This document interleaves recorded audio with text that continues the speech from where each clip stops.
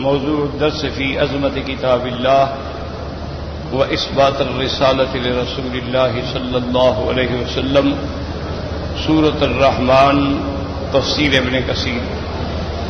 الحمد لله رب العالمين والصلاة والسلام على أشرف الأنبياء وسيد المرسلين سيدنا محمد وعلى آله وأصحابه أجمعين. اللهم صل على سيدنا محمد وعلى آل سيدنا محمد كما صليت على إبراهيم وعلى آل إبراهيم في العالمين إنك حميد مجيد.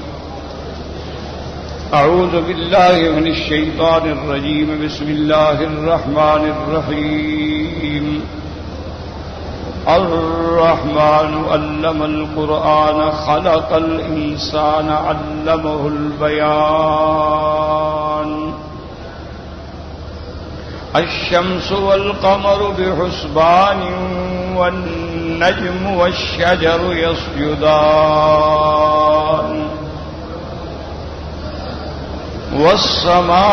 والسماء رفعها ووضع الميزان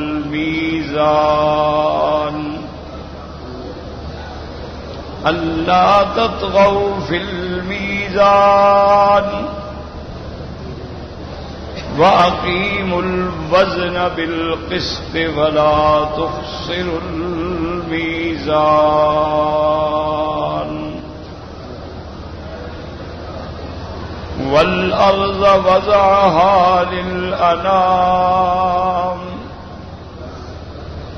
فيها فاكهة والنخل ذات الأكمام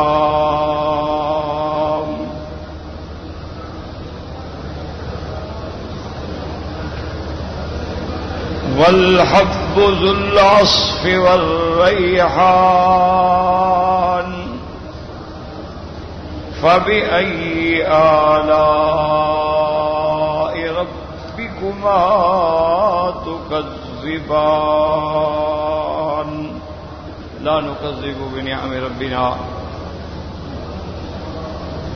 اللہ تبارک و تعالی نے کلام مقدس کی سورت مبارکہ میں سورت الرحمن جو ہے یہ ایک عظیم سورت ہے، اور جیسے میں نے کل کے درس میں عرض کیا تھا کہ اس سورت کے ربط کے بارے میں، کہ اس سورت کا پچھلی سورت سے کیا ربط ہے، اور اصل بنیادی بات تو دماغ میں یہ رکھ لیں کہ قرآن مقدس جو ہے وہ قصے کہانیوں کی کتاب نہیں ہے. قرآن مقدس کوئی تاریخ یا جغرافیہ نہیں ہے. قرآن مقدس جو ہے وہ ہدایت ہے، وہ موعظہ ہے، وہ ذکرہ ہے، وہ رحمت ہے، وہ شفا. تو جب اللہ کے قرآن کے اس چیز کو مد نظر رکھیں گے تو پھر یہ جھگڑا ہی نہیں ہوتا کہ جی رب کیوں نہیں ہے، اور فلاں آیت فلاں سے کیوں نہیں مل رہی، فلاں سورت فلاں سے کیوں نہیں مل رہی.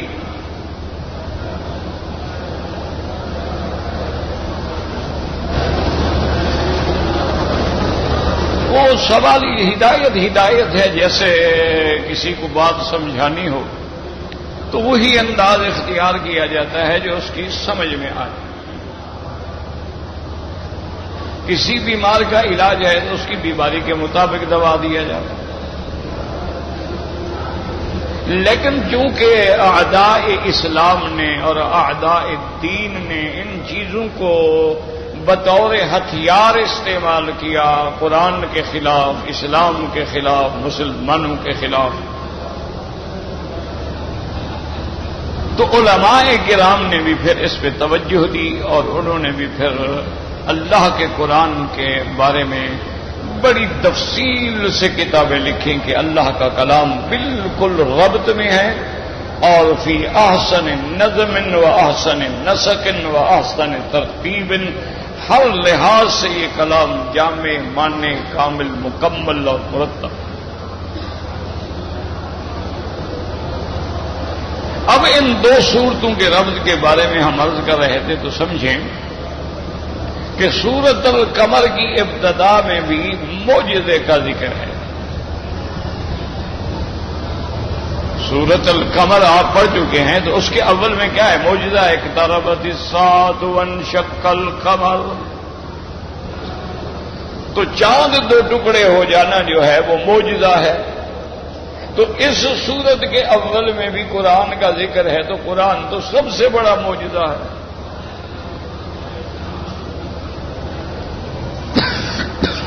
تو اب آپ دیکھیں کہ کیسے ربط واضح ہو گیا کہ اس میں بھی اول معجزے کا ذکر ہے، اس میں بھی اول معجزے کا ذکر ہے۔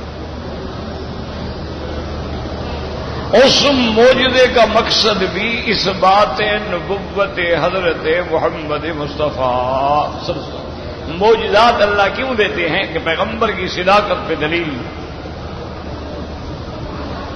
تو اللہ کا قرآن جو ہے وہ تو سب سے بڑا معجزہ ہے، وہ تو سب سے بڑی دلیل ہے میرے مدنی پاک سرکار دو عالم کی نبوت کی، کہ ایک انسان نے 40 سال تک کسی مدرسے میں قدم نہ رکھا ہو، کسی استاد کے پاس پڑھنے کے لیے نہ گیا ہو، کسی سے کوئی علمی سفر نہ کیا ہو، اور 40 سال کے بعد ایک ایسی کتاب لے کے آئے جو پورے عالم کے لیے کیمیا ہو۔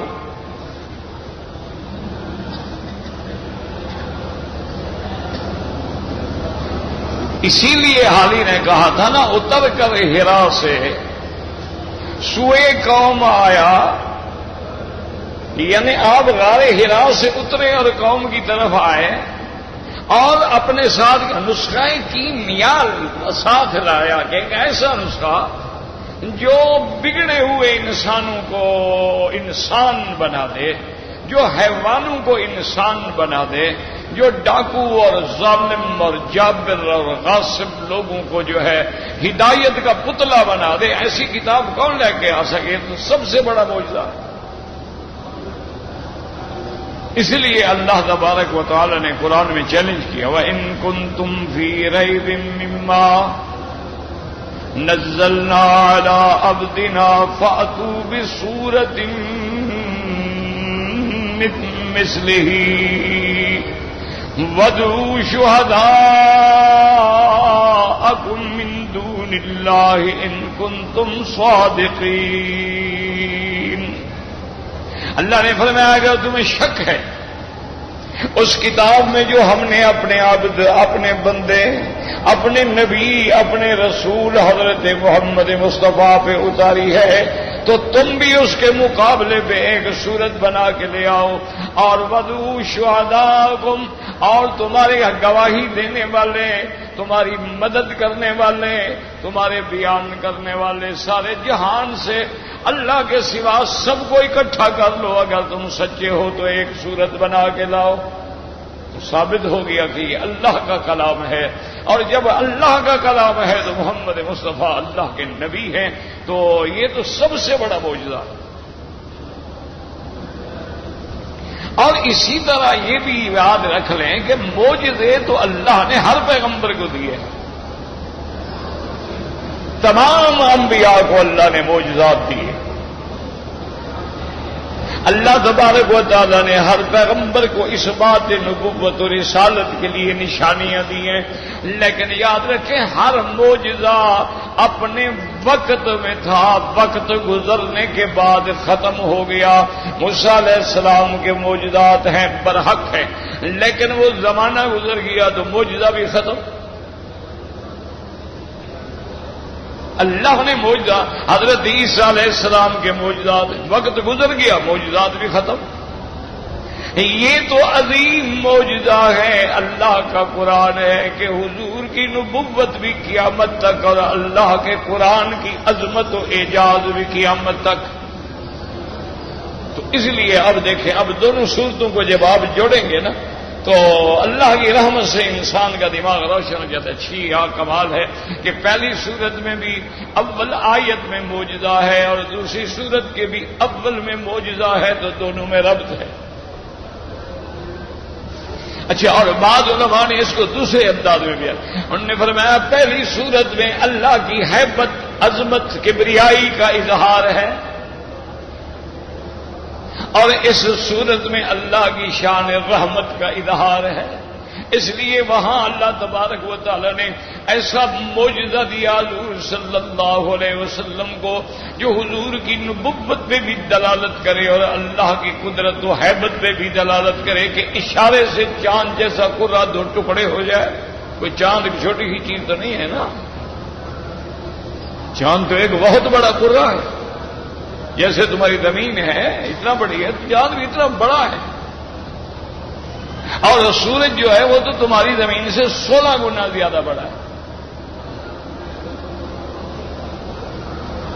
تو وہاں جو اس سورت کے اندر اظہار ہیبت ہے، اظہار جلال ہے. اس لیے اللہ پاک نے ہر آیت چند آیتوں کے بعد فرمایا فَكَيْفَ كَانَ عَذَابِي وَنُذُرِ. میرا مدنی پھر دیکھیں کیسا میرا عذاب آیا. تو وہاں ہیبت و جلال کا، اور اس میں رحمت کا ذکر ہے، رحمت کا ذکر ہے، اللہ تعالیٰ کی شان رحمت کا ذکر ہے. اس لیے اکثر آیات کے بعد آیا فَبِأَيِّ آلَاءِ رَبِّكُمَا تُكَذِّبَانِ. اے جن و انس تم کس کس نعمت کو جھٹلاؤ گے، کس کس نعمت کی تکذیب کرو گے. تو یہاں شان رحمت، وہاں ہیبت و جلال ہے، عظمت ہے، اور یہاں شان رحمت. تو دیکھیں یہ ربط. اسی طرح بعض علماء نے فرمایا کہ ان دو صورتوں میں جو ربط ہے وہ سمجھیں. اللہ نے پچھلی صورت کو کہاں ختم کیا تھا؟ ان المتقین فی جنات ونہر فی مقعد صدق عند ملیک مقتدر. کہ اللہ ملک ہے، ملیک ہے، مقتدر ہے، قادر ہے، منتقم ہے، عزیز ہے، جبار ہے. تو وہاں اظہار صفات جلال ہے، اور اس میں اظہار صفات رحمت ہے کہ الرحمن، وہ رحمان بھی تو ہے. جہاں وہ مالک ہے، مقتدر ہے، منتقم ہے، وہاں وہ رحمان بھی ہے. تو اس لیے اب دیکھیں اول سورت کا اول سورت سے اور آخر سورت القمر کا اول سورت الرحمن سے اب دیکھیں ربط واضح ہو گیا. تو اگر قرآن پاک پر نظر ڈالیں گے اور جن علماء کو اللہ نے توفیق دی قرآن پاک پہ، پھر انہوں نے محنتیں کی ہیں اور انہوں نے قرآن پاک کے اعجاز کو ابھارا. اچھا، اب سمجھیں کہ علماء نحو کے نزدیک، قواعد کے نزدیک جو ہے اس کی ترکیب کیا ہوگی. تو بعض علماء یہ فرماتی ہیں کہ الرحمن، وہ کہتے ہیں کہ یہ مبتدا خبر ہے، لیکن مبتدا محذوف ہے، یعنی هو الرحمن یا ربنا الرحمن. ایک علماء کے نزدیک یہ ترکیب، اور بعض علماء کہتے ہیں کہ الرحمن ہوا، اور بعض علماء کہتے ہیں کہ نہیں، الرحمن مبتدا ہے اور بعد میں خبر ہے الرحمن علم القرآن. اور اسی طرح بعض علماء نے فرمایا یاد رکھو کہ اللہ کی جو رحمتیں ہیں وہ دو قسم کی ہوتی ہیں. ایک رحمت سابقہ ہوتی ہے اور ایک رحمت لاحقہ ہوتی ہے. اللہ کی رحمتیں جو ہیں وہ دو قسم پہ ہیں. یعنی رحمت سابقہ کیا مانا کہ اللہ نے انسان کو پیدا کیا، یہ سابقہ رحمت. اور اللہ کا رحمتیں کیا ہیں کہ پھر انسان کو جینے کے لیے، کھانے کے لیے، پینے کے لیے، زندگی کے لیے، بقا کے لیے اپنی نعمتیں دی. تو ایک رحمت وہ ہے جو سابقہ ہے پہلے، اور ایک رحمت ہے بعد میں. تو تخلیق انسان جو ہے یہ رحمت ہے. اچھا انسان کو پیدا کر دو اور کھانے پینے کے لیے کچھ نہ دو تو مر جائے گا.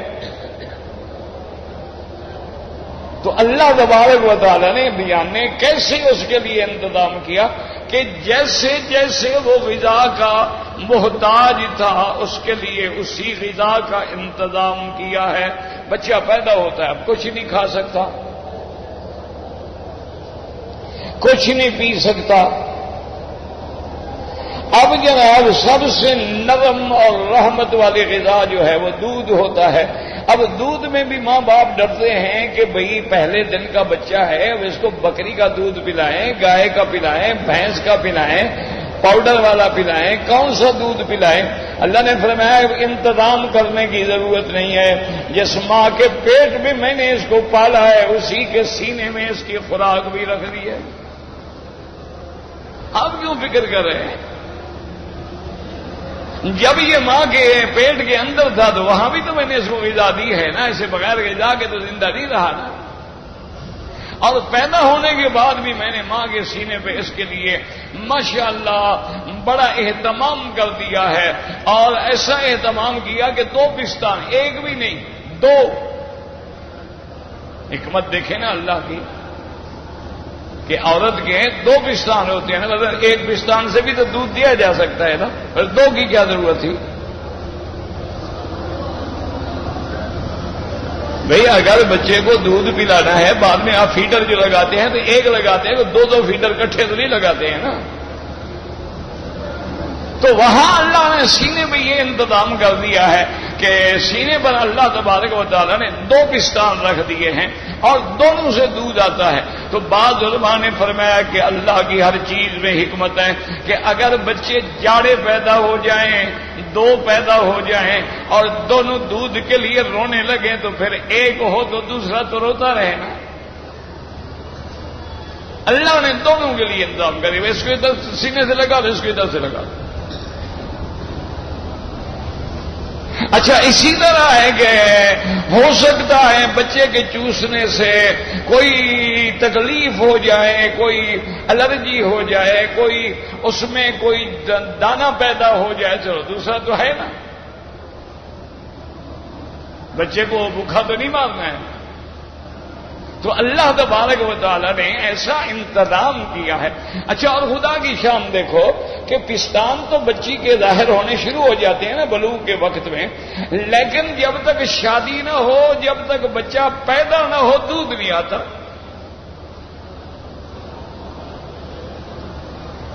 اللہ کا نظام دیکھے نا، کبھی غور بھی کیا کرو نا. یہ تو نہیں نا کبھی کسی طور کما کھائے مچھندر، بس 3-4 روٹیاں رگڑ دیں اور اس کے بعد 100 کے خرخراٹے مارتا رہا، اوپر سے بھی نیچے سے بھی. نہ نماز ہے، نہ خدا ہے، نہ قرآن ہے، نہ سوچ ہے، نہ سمجھ. اس لیے تو اللہ نے تمہیں پیدا نہیں کیا ہے. کھانا اگر صرف کھانے کے لیے تو کھانا تو تم سے بھینس زیادہ کھا لیتی ہے. تم تو 1 کلو بھی آٹا نہیں کھا سکو گے، وہ تو 4-4 کلو آٹا کھا جاتی ہے. تمہیں کھانے کے لیے تو نہیں پیدا کیا ہے. تمہیں اللہ نے صرف اسی لیے پیدا کیا ہے کہ بس جناب کھاؤ پیو، بچے پیدا کرو اور بچوں کی مشین گھر میں رکھ لو اور ہر سال نیا ماڈل کا ایک بچہ تیار کرتے جاؤ. پہلے کو پھینکتے جاؤ اور دوسرے کو آتے جاؤ. نہ پہلے کا خیال نہ بعد والے کا خیال. سب جنگلی درندے بن کے دنیا کے اندر فتنے کے فساد کا ذریعہ بن جائیں.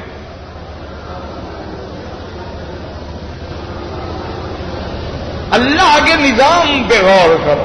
اب دیکھو نا جی کہ پستان میں بھی پھر اللہ نے کیسی چھوٹی سی جگہ بنا دی ہے کہ بھئی بچہ ہے اور وہ سارے پستان کو تو منہ میں نہیں لے سکتا نا.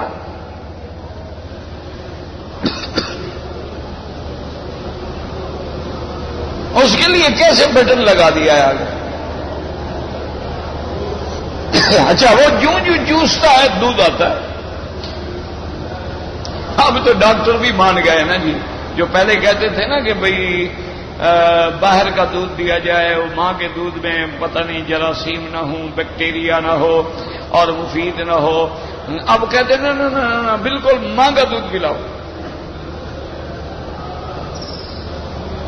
اور جو مائیں بچے کو دودھ پلاتی ہیں ان کو بریسٹ کینسر بھی نہیں ہوتا. خدا کی شان ہے. وہ بچہ کھینچتا رہتا ہے نا تو اس کی وہاں ورزش ہوتی رہتی ہے اور اندر کوئی چیز جمع نہیں ہوتی، کھڑی نہیں ہوتی، رکتی نہیں ہے. اور جو مائیں نہیں پلاتی ہیں اور اپنی جوانی اور اپنی فٹنس کو مینٹین رکھنا چاہتی ہیں، یہ ساری بیماریاں انہی کو لگتی ہیں.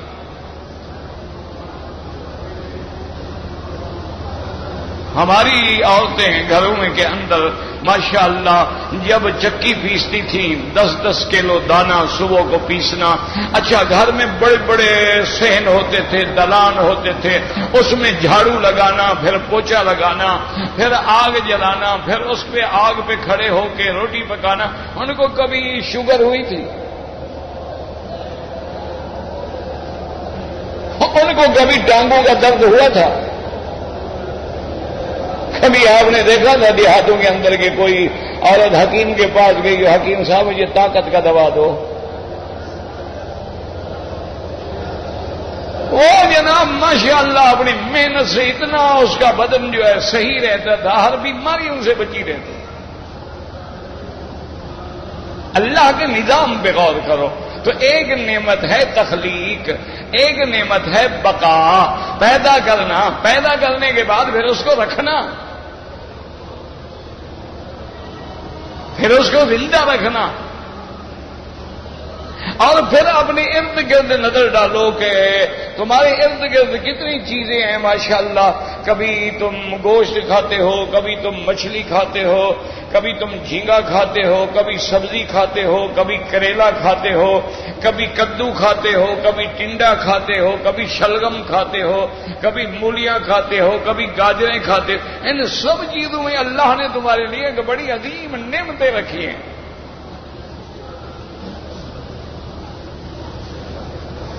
یہ ہم غریب لوگ جو دال شال پہ گزارا کرتے ہیں نا تو ہمارے گھروں میں دیکھتے اور جب پڑھتے تھے تو دال کے سوا تو ملتے کچھ نہیں تھا. ہفتے میں ایک دن گوشت ہوتا تھا، وہ بھی بڑے جانور کا،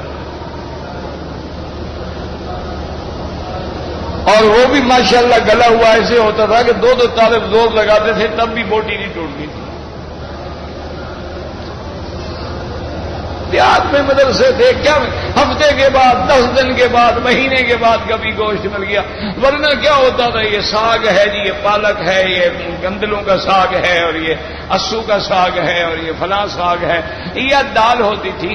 اب تو جناب جو بڑے بڑے آپ کے 5 سٹار اور 7 سٹار ہوٹل ہیں نا، ان کے بعد جائیں تو وہ جو سب سے اچھا سوپ سمجھا جاتا ہے وہ دال کا سوپ پلاتے ہیں. اب ان کو بھی پتہ لگ گیا کہ یہ اچھی چیز ہے. یہ آپ دیکھیں ہم چلتے ہوئے چنے کھاتے تھے، مونگ پھلی کھاتے تھے، اب وہ سب کہہ رہے ہیں جی یہ تو شوگر کا سب سے بہتر علاج ہے. ہمارے دیہاتوں میں آپ کو یاد ہوگا کہ سالن کے اندر نمک بھی تھا، مرچ بھی تھی، ہلدی بھی تھی، اور لونگ بھی ڈالے جاتے تھے، دار چینی بھی ڈالی جاتی تھی. اب تو نئی تحقیقات جو ہیں وہ چیخ چیخ کے کہہ رہی ہیں، وہ کہتے ہیں سینے کے لیے دار چینی سے بہتر علاج ہی کوئی نہیں ہے کہ دار چینی پانی میں ڈالیں، چائے کی طرح پکائیں اور پکتی رہے پکتی رہے پکتی رہے. جب بالکل پانی اچھی طرح پک جائے اتار کے چائے کی طرح پی لے، سارا سینہ تمہارا صاف کر دے.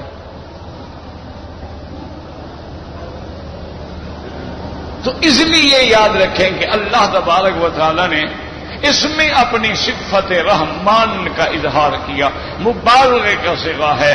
رحمان جو ہے یہ مصدر بھی ہے اور مبالغے کا صیغہ بھی ہے. اور ایسی رحمت والا جس کی رحمت اتنا عام ہے کہ اپنا تو اپنا، پرائے پہ بھی رحمت ہے، انسان تو انسان، حیوان پہ بھی رحمت ہے، اور حلال تو حلال، حرام جانوروں پر بھی رحمت ہے. اس لیے ہے نا رحمان الدنیا و رحیم الآخرہ. قیامت میں صفت رحمت جو ہے وہ رحیم کے صیغے سے ہے. کیوں؟ وہاں رحمت ایمان والوں کے لیے ہوگی، کافروں کے لیے رحمت نہیں ہوگی. لیکن دنیا میں تو سب کے لیے رحمت عامہ ہے، پانی ہے سب کو مل رہا ہے، ہوا ٹھنڈی چلتی ہے سب کو لگتی ہے، اسی طرح کھانا ہے پینا ہے سب کو ملتا ہے، جانوروں کو بھی۔ اچھا بعض جانور ایسے ہیں جو رات کو باہر نکلتے ہیں، ان کو رات والی غذائیں دے دی ہیں، بعض جانور ایسے ہیں جو پانی میں زندہ رہتے ہیں، ان کو پانی کے اندر خوراک دے دی ہے، بعض جانور ایسے ہیں جو خشکی میں زندہ رہتے ہیں، ان کو وہی غذا پہنچا دی ہے۔ تو اس لیے یاد رکھیں کہ یہاں سب سے بڑا مبالغے کا صیغہ ہے الرحمن،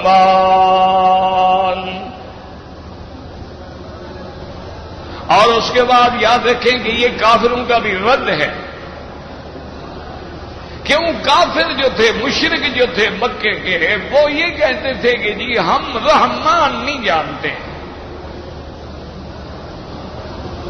اسی لیے جب سرکار دو جہاں نے رحمت دو عالم صلی اللہ علیہ وسلم نے سہیل ابن عمرو کے ساتھ صلح نامہ لکھا تو حضرت علی رضی اللہ تعالی لکھا بسم اللہ الرحمن الرحیم، تو سہیل نے کہا لا لا لا یا رسول اللہ، ہم نہیں جانتے مر رحمان الرحیم، ہم نہیں جانتے،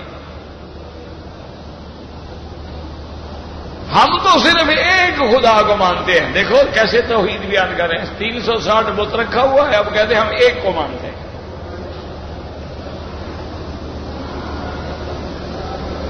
اور تم تو 360 بتوں کے پجاری ہو، تم کہ نہیں لکھو بھی اس میں کہ اللہم یا رسول اللہ، ہم تو صرف اللہ کو مانتے ہیں اور ہم رحمان رحیم نہیں مانتے۔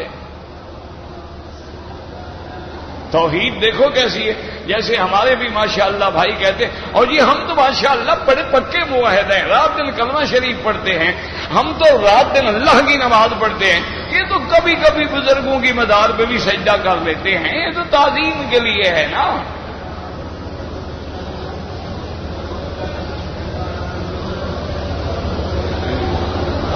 عجیب منطق بنائی ہوئی ہے۔ حضور نے فرمایا حضرت علی سے کہ جو کہتے ہیں لکھو، تو اب انہوں نے رحمان پہ اعتراض کیا تھا، اسی طرح انہوں نے کہا تھا کہ قرآن حضور پاک پر اللہ نہیں اتارتے، معلم مجنون، آپ تو سیکھ کے آتے ہیں، یعلمہ بشر، ایک انسان ان کو پڑھاتا ہے۔ اللہ نے فرمایا الرحمن علم القرآن، جس رحمان کو تم نہیں پہچانتے ہو وہ تو وہ رحمان ہے جس نے قرآن پڑھایا، وہ رحمان۔ قل ادعوا اللہ ادعوا الرحمن ایما تدعوا فلہ الاسماء الحسنی، اللہ کو یا اللہ کہہ کے پکارو، یا رحمان کہہ کے پکارو، یا رحیم کہہ کے پکارو، یہ سب اس کی صفتیں ہیں، جس طرح چاہو پکار سکتے ہو۔ لیکن علماء فرماتے ہیں کہ بعض صفتیں خاصہ ہوتی ہیں جو کسی اور پہ اس کا اطلاق بھی نہیں ہو سکتا ہے، اور بعض جو ہے وہ اس میں ذات ہے جیسے اللہ، اور یہاں اللہ نے اپنی اس صفت کا اظہار کیا ہے جس صفت سے پورے عالم پہ رحمت ہے۔ الرحمن علم القرآن، یاد رکھو اللہ نے قرآن پڑھایا، کس کو پڑھایا؟ اس لیے علماء فرماتے ہیں کہ یاد رکھو کہ یہاں محذوف ہے، یہاں مفعول جو ہے وہ محذوف ہے۔ بعض علماء فرماتے ہیں علم جبرائیل، اللہ نے جبریل کو قرآن پڑھایا، اور بعض فرماتے ہیں علم محمدن، اللہ نے محمد مصطفیٰ کو قرآن پڑھایا۔ یاد رکھیں کہ کیوں بعض علماء نے فرمایا کہ اللہ تبارک و تعالیٰ نے سب سے پہلے قرآن جو ہے وہ جبریل پہ پڑھا ہے، اور پھر اللہ کے حکم سے جبریل علیہ السلام نے آ کے حضرت محمد مصطفیٰ پہ پڑھا ہے۔ اس لیے قرآن نے بیان کیا انہ لقول رسول کریم ذی قوت عند ذی العرش مکین، مطاع ثم امین.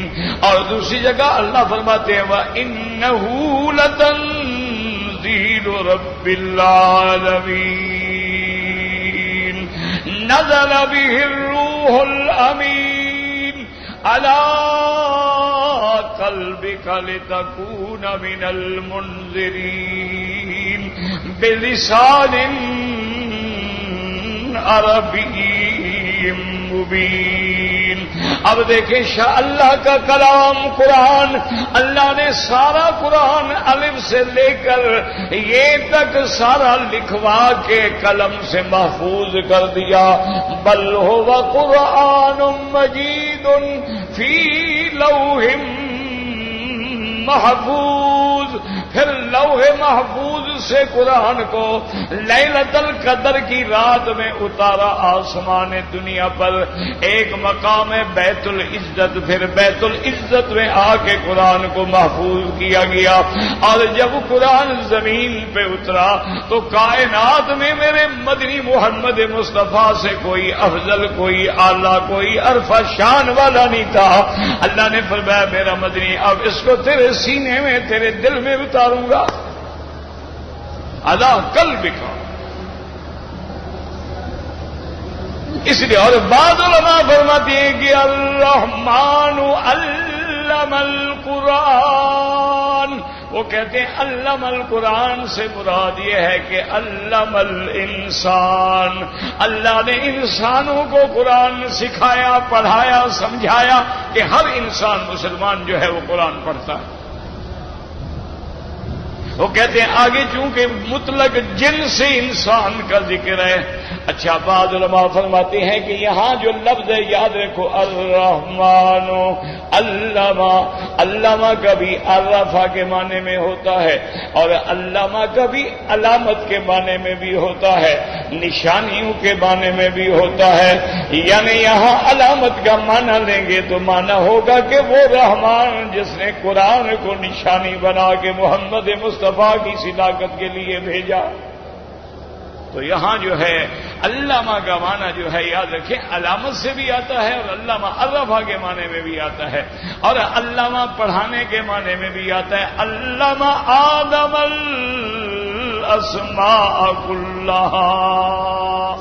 اور کہیں فرماتے ہیں علم الانسان ما لم یعلم. اور کہیں فرماتی ہیں علمناہ من لدنا علما. تو یاد رکھیں کہ اللہ تبارک و تعالیٰ کے قرآن کے اس لفظ میں ایک معنی علامت بھی ہے. علامت معنی آیت، نشانی جو دلالت کرے صداقت محمد مصطفیٰ پہ صلی اللہ علیہ وسلم.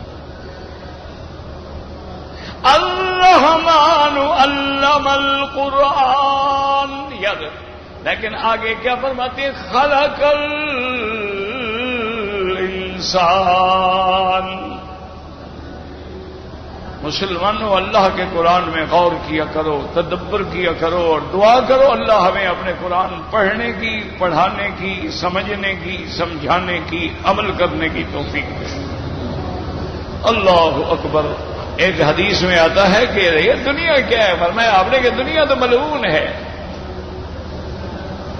الا عالم او متعلم. صرف اس میں تو وہ اس چیز سے بچتے ہیں جو عالم ہے، پڑھا رہا ہے یا پڑھ رہا ہے.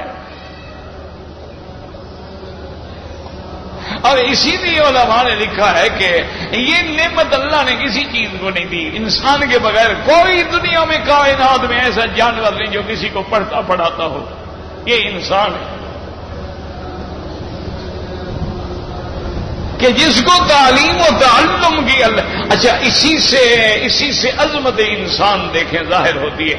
الرحمن علم القرآن خلق الانسان. جس نے پیدا کیا، غور کرو اللہ نے تخلیق میں کس کا ذکر کیا؟ انسان کا ذکر کیا. پیدا کیا اللہ نے یہ نہیں فرمایا جس نے گھوڑا بنایا، جس نے اونٹ کو پیدا کیا. اللہ نے یہ نہیں فرمایا کہ جس نے ہاتھی کو پیدا کیا، اللہ نے یہ نہیں فرمایا کہ جس نے پہاڑ پیدا کیا، نہ پہلی جو مثال آئی انسان، اسی سے اشارہ ہو گیا میرے بندے میں نے تو تمہیں ہر چیز سے افضل پیدا کیا ہے، تمہارا نمونہ دکھلا رہا ہوں نا۔ دیکھو نا، ہر آدمی اپنا وہ نمونہ دکھلاتا ہے نا جو سب سے اعلیٰ ہو۔ دردی اپنا سب سے اچھا سلا ہوا کپڑا لٹکائے گا، اسی طرح گاڑیاں بنانے والے سب سے اچھی گاڑی جو ہے شو روم پہ لگائیں گے، اسی طرح اچھی گھڑی بنانے والے سب سے اچھی گھڑی کا ڈسپلے کریں گے تاکہ پتہ ہو جی یہ ہم نے بنائی ہے جناب، یہ دیکھو یہ گھڑی ہم نے بنائی ہے۔ تو جب کسی چیز کی مثال دی جائے اسی سے عظمت ظاہر ہو جاتی ہے کہ انسان اتنا اعلیٰ ہے، اتنا عظمت ہے کہ اللہ نے اسی کا نمونہ پیش کیا کہ میں تو وہ رحمان ہوں جس نے قرآن پڑھایا اور جس نے انسان بنایا۔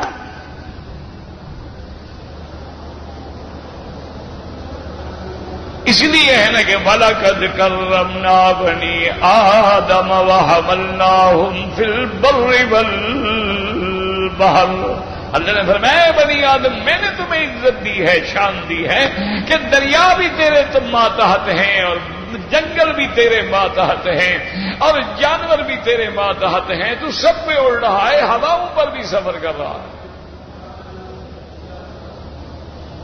اسی لیے روایات اسرائیلیہ میں آتا ہے کہ اللہ تبارک و تعالیٰ نے جب پہاڑ پیدا کیے، فرشتوں نے تو نہیں دیکھا تھا نا پہاڑ دیکھے ان کا اللہ بھی ہے، یہ تو بڑی سخت چیز ہے پہاڑ، یہ تو اتنا پتھر، یہ تو آدمی کا سر ٹکرائے تو آدمی کا سر پھٹ جائے، اٹھا کے پتھر مارو تو سر پھاڑ دو، یہ تو بڑی سخت چیز ہے۔ اللہ اس سے بھی کچھ سخت چیز ہے، اللہ نے فرمایا ہاں اس سے بھی میں نے سخت چیز پیدا کی، مولا اس سے بھی۔ اللہ نے فرمایا دیکھو لوہے کی طرف نظر ڈالو، یہ لوہا میں نے ایسا پیدا کیا ہے جو پہاڑوں کو بھی توڑ ڈالے گا۔ دیکھا نہیں ہے لوہا لگ رہا ہے، لگتے ریزا کر دیتا ہے پہاڑوں۔ یا اللہ یہ لوہا تو بہت سخت ہے، اس سے بھی آپ نے اور سخت چیز کوئی پیدا کی ہے؟ اور میں بالکل اس سے بھی سخت چیز پیدا کی۔ بولا وہ کیا؟ فرمایا آگ ہے، لوہے کو ڈالو آگ میں پگھل کے پانی ہو جائے۔ دیکھا نہیں بٹھیاں جو لگی ہوتی ہیں جہاں لوہا پگھلایا جاتا ہے ایسے پگھل رہا ہوتا ہے جیسے پانی پگھل رہا ہوتا ہے، پگھلاتے ہیں، آگے ڈائیاں بنی ہوئی ہیں اس میں ڈالتے جاتے ہیں، کہیں گارڈر بن رہے ہیں، کہیں سریا بن رہا ہے، کہیں مشینیں بن رہی ہیں، کہیں بیرنگ بن رہے ہیں، کہیں ویل بن رہے ہیں، کہیں تمہارے سائیکل بن رہے ہیں، وہ اصل تو سارا لوہا ہے، اسی لوہے کو پگھلایا جا رہا ہے۔ میں کہا واقعی مولا یہ آگ تو بڑی بلا ہے، یہ تو لوہے کو بھی پگھلا دیتی ہے۔ یا اللہ آگ سے بھی کچھ زیادہ سخت چیز ہے؟ فرمایا ہاں آگ سے بھی سخت چیز۔ یا اللہ وہ کیا چیز ہے؟ فرمایا پانی ہے، ڈالو آگ میں آگ ختم۔ میں نے پانی پیدا کر دیا، آگ کو بجھا دیتا ہے، آگ ختم کر دیتا ہے۔ کہنے کہ یا اللہ واقعی یہ پانی تو یہ تو بڑا زور والی چیز ہے، یہ تو آگ کو بھی ختم کر دیتا ہے۔ اور کوئی چیز ہے جو پانی پر بھی غالب ہے؟ فرمایا ہاں میں نے ہوا پیدا کی، ہوا چلا دیتی ہے پانی خشک ہو جاتا ہے۔ دیکھا نہیں ہے کہ سیلاب آئے پانی کھڑا ہو گیا، اب دھوپ نکلی، ہوائیں لگی، آہستہ آہستہ خشک ہو گیا۔ یا اللہ پھر ہوا سے بھی کوئی بڑی چیز ہے؟ اللہ نے فرمایا کہ میں نے انسان پیدا کیا جو ہواؤں پہ بھی سواری کرے گا، جس کے تخت جو ہیں یہ ہوائیں اڑائیں گی اور وہ تخت پہ بیٹھا ہوگا۔ تو اس لیے اللہ نے جب تخلیق میں سب سے پہلے انسان کا ذکر فرمایا ہے اور اپنی رحمت کے اظہار میں پہلے انسان کا ذکر فرمایا ہے تو دلیل ہے کہ انسان بڑی اشرف چیز ہے۔ اللہ نے انسان کو بڑا عظمت والا اور شان والا تکریم والا اللہ نے پیدا کیا ہے۔ اس لیے اللہ نے فرمایا خلق الانسان۔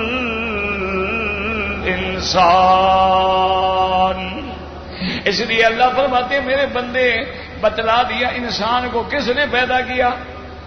کس نے؟ اللہ نے۔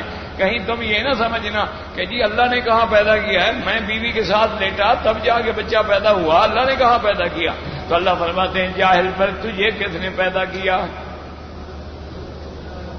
پھر تیری بیوی کو کس نے پیدا کیا؟ پھر تمہارے اندر یہ پانی کس نے رکھا؟ پانی پہنچانے ٹپکانے کی کس نے قوت دی؟ فَلْيَنظُرِ الْإِنسَانُ مِمَّا خُلِقَ، خلق من ماء دافق يخرج من بين الصلب والترائب. اس لیے یاد رکھیں، یہ جاہل کہہ دیتے ہیں نا جی اللہ نے کیا پیدا کیا، میاں بیوی ملے تو بچہ پیدا ہوا. اور جاہلو تم میاں بیوی کو کس نے پیدا کیا؟ ایسے چلتے جاؤ تو آدم تک پہنچو گے، پھر آدم کو کس نے پیدا کیا؟ تو ماننا پڑے گا کہ اللہ نے پیدا کیا. تو سیدھی بات کر دو کہ اللہ نے پیدا کیا. اس لیے اللہ نے فرمایا خلق الانسان. اللہ اکبر اللہ اکبر. افسوس یہ ہے، ہماری بدقسمتی ہے، ناراض نہ ہوں، ہم نے قرآن شریف کو طویل لکھنے کے لیے رکھا ہے، فال نامہ دیکھنے کے لیے رکھا ہے، مردے مر جائیں تو ہیلا اسکات کے لیے رکھا ہے، جھگڑا ہو جائے تو قسم کھانے کے لیے رکھا ہے. ہم نے قرآن کو نہ سمجھا ہے نہ قرآن میں کبھی غور کیا. اور آج دشمن دیکھو، جن کو تم کافر کہتے ہو، دشمن اسلام ہیں، انہوں نے قرآن کی چیزوں پہ غور کیا، وہ تخلیق انسانیت کے مراحل پہ غور کرتے رہے کہ نطفہ ہے، پھر علقہ ہے، پھر مضغہ ہے، پھر گوشت چڑھایا جاتا ہے، پھر روح پھونکی جاتی ہے، اور یہ 2 قطرے پانی کے جمع ہوتے ہیں، ان میں وائی ایکس سے جرثوم ہوتے ہیں. وہ اس پہ سے سرچ کرتے کرتے کرتے کرتے آج وہاں پہنچ گئے ہیں کہ ڈی این ٹیسٹ سے پتہ لگا کے بتا دیتے ہیں کہ یہ تمہارا بیٹا ہے کہ نہیں.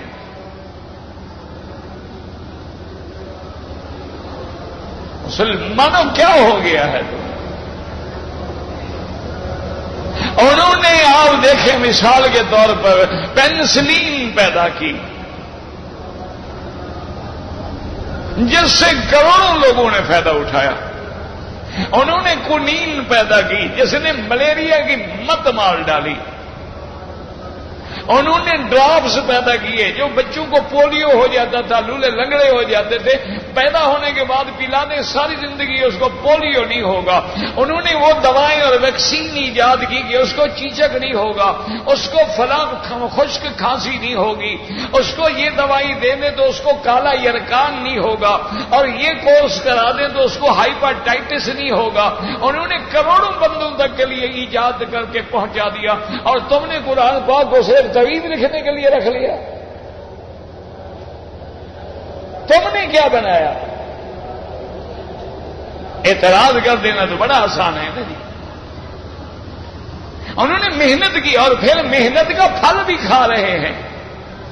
ایک ایک گولی جو انہوں نے بنائی ہے اس سے لاکھوں کروڑ نہیں اربوں ڈالر کمایا ہے.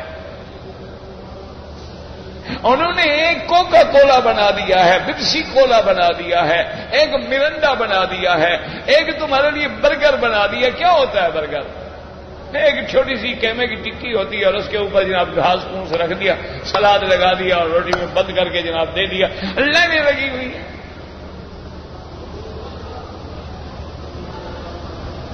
تم نے آلو ایک دوسرے کے مارنے کے کام لگائے، انہوں نے اسی آلو کو جناب کئی شکلیں دے ڈالی، کہیں فنگرز بنا دیے، کہیں ہیش ٹومیٹو بنا دیا، کہیں اس کا جناب انہوں نے باریک باریک کاٹنے کے بعد نمک والا بنا دیا، کہیں اس کو سرکے والا بنا دیا، کہیں اس کو کیچپ والا بنا دیا.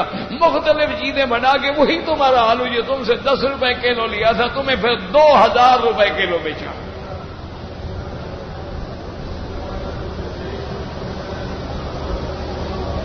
کپاس تم اگاتے ہو، ساری ساری رات میرا بھائی میرا کسان راتوں کو جاگتا ہے. سانپ ہے، بچھو ہے، بغیر جوتی کے بیچارہ اندھیرا ہے، سردی ہے، گرمی ہے، کوئی لالٹین نہیں ہے، کوئی بجلی نہیں ہے، وہ بس پانی میں جا رہا ہے، پانی لگا رہا ہے، پانی پہ پہرا دے رہا ہے، اور جناب بوٹی کے ساتھ کوئی گندگی کوئی گھاس پیدا اس کو کاٹ رہا ہے. اور جب کپاس بن جاتی ہے تو اس سے کپڑا بنا کے پھر تمہیں بیچنے والا کافر ہے.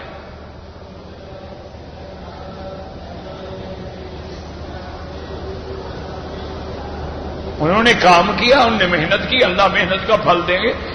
اللہ کی تو ساری مخلوق ہے، مسلمان بھی مخلوق ہے، کافر بھی مخلوق ہے. جو محنت کرے گا دنیا میں تو اس کو پھل ملے گا. یہ الگ بات ہے کہ وہ آخرت کی نعمتوں سے محروم ہو جائیں گے چونکہ ان کا آخرت پر ایمان نہیں ہے. ان کا اللہ پر، اللہ کے رسول پر، قیامت پر چونکہ ایمان نہیں ہے. جب وہ آخرت کو مانتے نہیں تو اللہ ان کو کیوں وہاں انعام دے؟ ورنہ دنیا میں تو میرا بھائی جو محنت کرے گا، اب دیکھیں نا بچے ہیں، ایک بچہ ماشاءاللہ سکول میں بھی پوری توجہ سے پڑھتا ہے اور گھر آنے کے بعد بھی اپنا ہوم ورک خوب محنت سے کرتا ہے اور پوری محنت سے ہر استاد سے پوچھتا ہے، ڈکشنریاں کھول کھول کے پڑھتا ہے، اس کتابوں کے خلاصے پڑھتا ہے، تو وہ پھر امتحان میں بھی تو ٹاپ کرتا ہے. کبھی اسکول میں ٹاپ کرتا ہے، کبھی ضلع میں ٹاپ کرتا ہے، کبھی پورے بورڈ میں ٹاپ کر جاتا ہے. اور جو جناب پڑھنے کے لیے کار پہ جاتے ہیں، پرفیوم چھڑکتے ہیں، واپس آ کے کتابیں پھینک دیتے ہیں اور شام سویرے ڈش پہ بیٹھے ہیں، انٹرنیٹ پہ بیٹھے ہیں، گیمیں کھیل رہے ہیں، نتیجے میں بھی انشاءاللہ فیل ہوتے ہیں.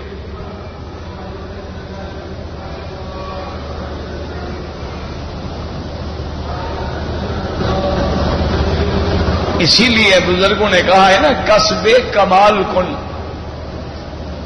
کسب کمال کن کے عزیز جہاں شوی، کہ جو کام کرو نا اس کی کمال تک جاؤ، اس کے کمال تک پہنچو، پھر تمہیں لوگ محبت کریں گے، تمہیں اپنا محبوب بنائیں گے، تم ہیرو بن جاؤ گے. اب دیکھیں نا، ایک موچی ہے، موچی ہوتی ہے نا، لیکن وہ ایک جوتے بنانے میں اس نے کمال کیا ہے. وہ ہمارے علاقوں میں ایک ہوتا تھا، مر گیا میرے خیال میں، وہ 4 تولے کا خصا بنا دیتا تھا اور وہاں جناب لین لگی ہوتی تھی بڑے بڑے دینداروں کی. جب 500 روپے میں جوتی مل جاتی تھی نا، اس وقت بھی وہ 2000 روپے لیتا تھا. کیوں؟ اس نے کمال کیا نا اس نے.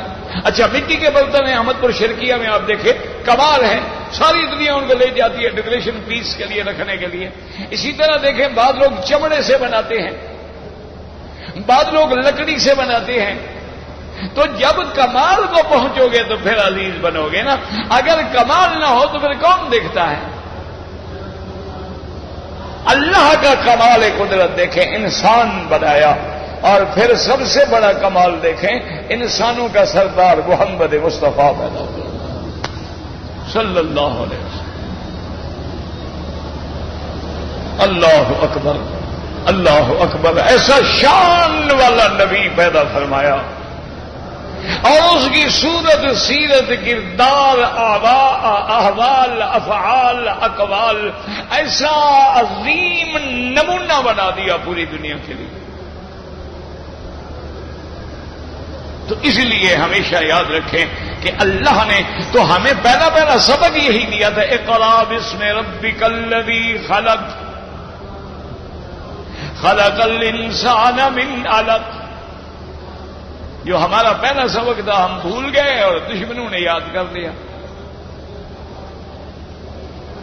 ہم جناب بس ہم تو صرف اسی چکر میں ہوتے ہیں کہ جناب بریانی کیسے بنے، یہ کھڑا مسالہ کیسے ہوگا، اور جناب یہ کباب کتنے قسم کا بنے گا، یہ سیخ کباب ہے، یہ شیش کباب ہے، یہ چپلی کباب ہے، یہ بلی کباب ہے، پتہ نہیں کیا کیا کباب ہے. ہم اسی میں لگے. یہ کچی لسی ہے، یہ پکی لسی ہے، یہ پیڑے والی لسی ہے. ہمارے ہاں جو ناشتہ ہوتا ہے نا صبح سویرے ماشاءاللہ، سیری پائے، نہاری، حلیم، اور جناب اتنے 3 منزلے گلاس لسی کے، اور اس میں کھوا ڈالا ہوا. اگر یہ انگریز دیکھے وہ تو بے ہوش ہو کے مر جائے ہوگا. یہ بندہ کہتا ہے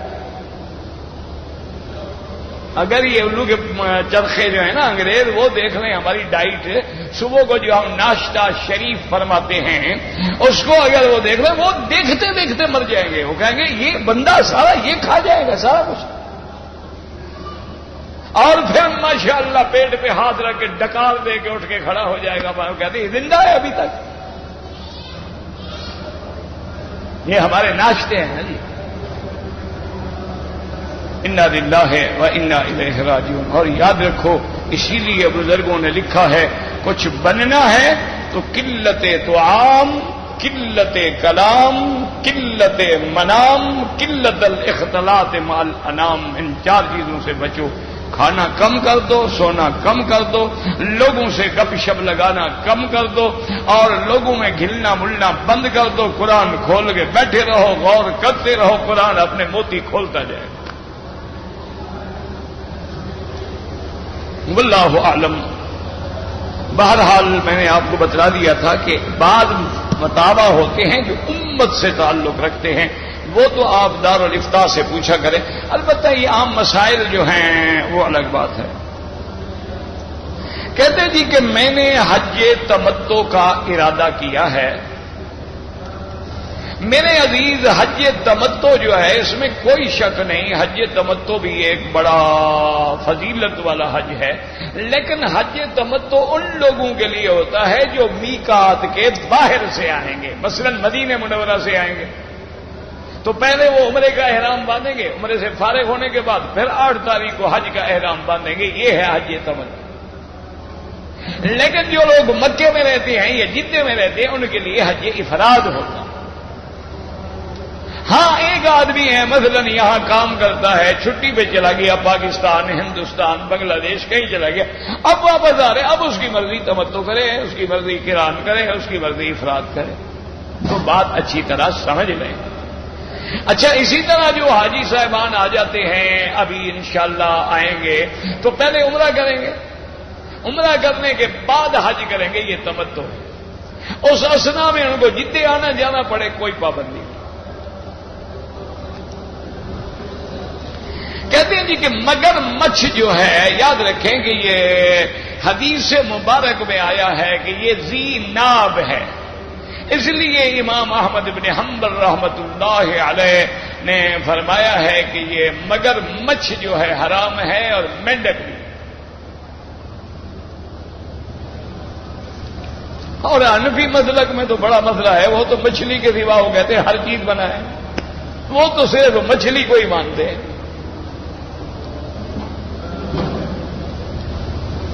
کہتے جی کہ میں مکہ مکرمہ میں رہتا ہوں، میں نے رمضان المبارک مکے میں گزارا ہے اور عید بھی مکے میں کی ہے، تو جمہور علماء کے نزدیک افضل یہ ہے کہ جہاں آدمی عید کرے فطرانہ بھی وہیں ادا کرے۔ گو بعض علماء نے حاجات خاصہ میں اجازت دی ہے کہ جیسے اب سیلاب آ گیا، عذاب آ گیا، لوگ پریشان ہو گئے تو لوگوں نے ادھر بھیج دیا، غریبوں کی مدد ہو جائے، تو انشاءاللہ اللہ قبول فرمائے۔ ورنہ جمہور یہی فرماتے ہیں کہ جہاں عید کرو وہاں فطرانہ ادا کرو۔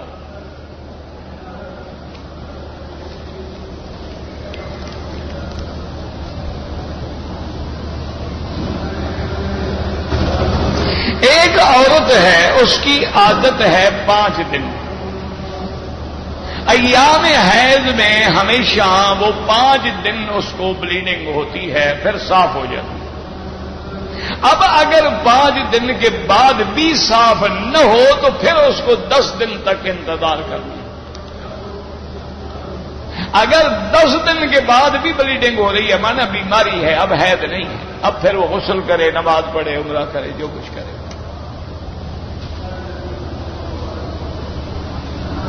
یہی میں نے بتا دیا ہے کہ چونکہ فقہائے کرام فرماتے ہیں کہ کم از کم حیض کی مدت جو ہے وہ 3 دن ہے، اور زیادہ سے زیادہ جو ہے وہ 10 دن ہے۔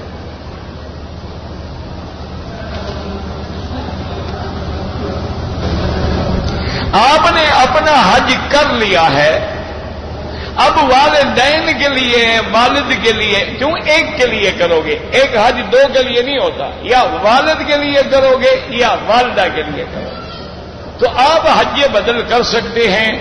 اپنا حج آپ کر چکے ہیں انشاءاللہ، اور حج بدل میں اللہ کی بڑی نعمت ہے، اللہ تجھے بھی پورے حج کا ثواب دیں گے۔ یہ نہیں ہے کہ تمہارا حج ضائع ہو جائے گا، بلکہ فائدہ ہو گیا، یعنی ایک حج میں 2 حج کما لیے، والد کا بھی حج ہو گیا، تمہارا بھی حج ہو گیا۔ بلکہ ایک حدیث مبارک میں آتا ہے کہ تینوں کو برابر اجر ملتا ہے۔ کیا معنی؟ ایک آدمی ہے جس کے لیے آپ حج کر رہے ہیں، ایک وہ ہے جو حج کر رہا ہے، ایک وہ ہے جس نے خرچہ دیا کہ یار خرچہ میں دیتا ہوں تو والد کا حج بدل کرو، تو خرچ دینے والے کو بھی اللہ پورے حج کا ثواب عطا فرما دیتا۔ رحمت کے دریا ہیں۔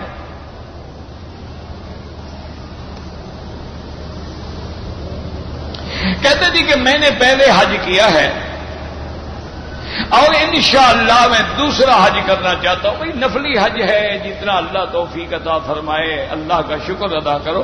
جہاں تک میرا بھائی سر منڈانے کا تعلق ہے، عمرہ کرو یا حج کرو، 1 کرو 2 کرو یا 10 کرو، ہر حج کے بعد اور عمرے کے بعد افضل یہ ہے کہ سر پہ اس طرح پھروایا جائے. کیوں؟ یہ اللہ نے قرآن میں اس کا ذکر کیا، محلقین رؤوسکم ومقصرین. تو اللہ نے اس طرح پھرانے والوں کا ذکر پہلے فرمایا، بال کٹانے والوں کا ذکر بعد میں فرمایا. اور اسی طرح حضور پاک نے بھی جب دعا مانگی حج میں مینا میں اپنے سر پہ اس طرح پھروانے کے بعد، تو آپ نے فرمایا اللہم اغفر للمحلقین، اللہ آج انہوں نے اس طرح پھروایا ان کی مغفرت فرما. صحابہ نے کہا حضور لوگوں نے بال بھی تو کٹائے ہیں، ان کے لیے بھی دعا کر دیں. آپ نے فرمایا اللہم اغفر للمحلقین، اللہ اس طرح پھرانے والوں کی مغفرت فرما. انہوں نے کہا حضور جن نے بال کٹائے، فرمایا اللہم اغفر للمحلقین، اس طرح پھرانے والوں کی مغفرت فرما. چوتھی دفعہ فرمایا کہ اللہ بال کٹانے والوں کی بھی مغفرت فرما. تو اتنا افضل ہے بال منڈانا. اور پھر سب سے بڑی بات کیا ہے کہ سرکار دو عالم نے، امام الانبیاء نے اس طرح پھرایا ہے اور تم مسئلے پوچھتے پھرو. سب سے افضل ہے اس طرح پھراؤ.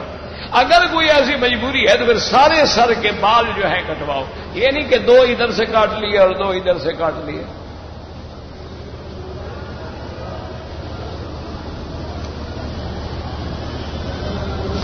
قرآن عورت جو ہے حیض کی حالت میں بعض فقہائے کرام نے اجازت دی ہے. وہ کہتے ہیں کہ ہاتھ نہ لگائے لیکن یاد پڑ سکتی، کیونکہ انہوں نے فرمایا کہ حیض کی مدت کبھی کبھی 8 دن بھی 10 دن بھی ہو سکتی ہے اور قرآن تو بھول جائے گی. اگر پھر قرآن پڑھانے والی بچی ہے تو جن لوگوں کو بچیوں کو پڑھائے گی وہ بھی 10 دن کے لیے قرآن سے محروم ہو جائیں گی. تو نے کہا ہاتھ نہ لگائے چونکہ پاک نہیں ہے لیکن یاد پڑ سکتی. البتہ جنابت کی حالت میں کسی کے نزدیک بھی نہیں پڑ سکتی. کیوں؟ جنابت سے پاک ہونا تو اس کے اپنے ہاتھ میں ہے نا، کہ عورت کو جنابت ہو گئی اب فوراً جاؤ حمام میں غسل کر لو، بات ختم ہو گئی، پاک ہو گئی. لیکن حیض تو اپنے ہاتھ میں نہیں ہے. لیکن احناف کے علماء جو ہے وہ کہتے ہیں کہ نہیں، حیض کی حالت میں بھی یاد بھی قرآن نہیں پڑھ سکتی. البتہ استانی ہے تو بیٹھ کے سنتی رہے، اور جہاں کوئی بچی غلطی کرے تو وہاں ہاں ہوں کر کے یا ایک آدھا حرف منہ سے نکال کے اس کو ٹوک دے تاکہ وہ سنبھل جائے، لیکن خود تلاوت نہ کرے. لیکن حنابلہ رحمہ اللہ تعالی علیہم اور باقی شوافی رحمہ اللہ فرماتے ہیں کہ ہاتھ نہ لگائے لیکن یاد پڑھنا جو ہے منع نہیں ہے. بہرحال یہ اللہ کا کلام ہے، جتنا ادب احترام ممکن ہے کیا جائے. واللہ اعلم. اللہم صل علی سیدنا محمد وعلی آل سیدنا محمد وبارک وسلم. یا حی یا قیوم برحمتک نستغیث. یا حی یا قیوم یا رحمان یا رحیم یا ذو الجلال والاکرام یا ذو الجلال والاکرام یا ذو الجلال والاکرام یا علی یا عظیم یا علیم یا حلیم یا علی یا عظیم یا علیم یا حلیم یا علی یا عظیم یا علیم یا حلیم